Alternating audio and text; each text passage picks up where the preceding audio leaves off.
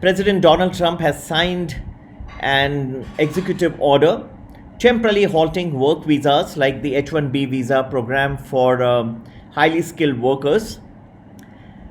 It is, on the face of it, expected to cut off a critical source of foreign labor for tech companies who are already complaining about tech talent shortages within the United States. The restrictions are really not have come as a jolt because it was quite expected, this being an election year in the United States. Executives in the technology industry are lamenting that this would hurt the nation's ability to compete in industries that have both got strategic and a financial significance as engines of economic growth. Yet, this executive order is expected to be in effect until just about the elections are concluded in the United States in the month of November. So the span and the duration is very little. Secondly, do not forget that although more than 73% of the total H-1B applicants are from India, many of the Indian tech companies like TCS, Infosys have now shifted much of their work onshore.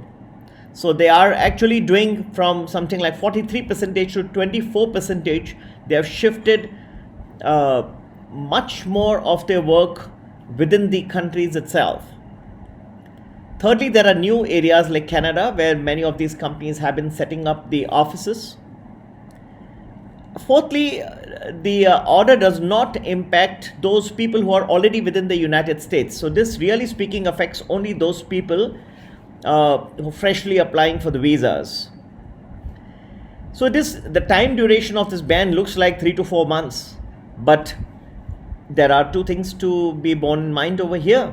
Isn't international travel already halted? So who's traveling anyway?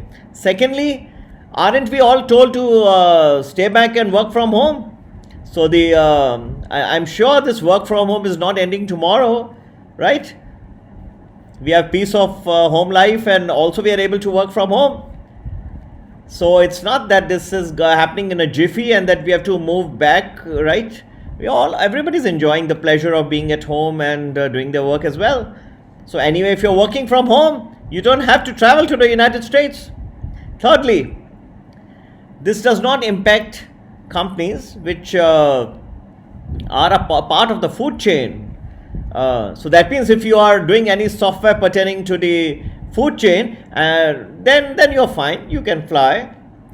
Well, there are a lot of companies which software companies, Indian software companies, which do work for the US food chain. Don't we know how much Americans love to eat? So therefore, in order to help them eat, aren't there many software people who are actually going and functioning as a part of the companies which are a part of the food chain? So many of them.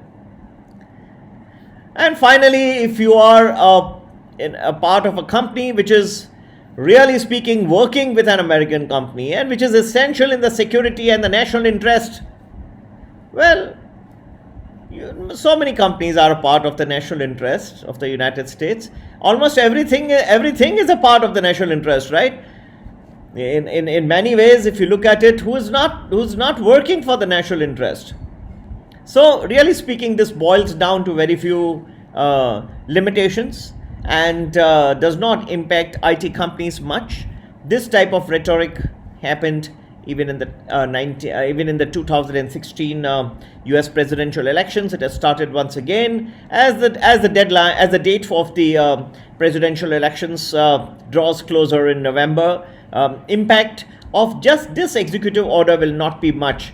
I think the greater impact will be that the world is experiencing a slowdown, and there is going to be a great amount of fall in the orders that these companies are receiving from the United States.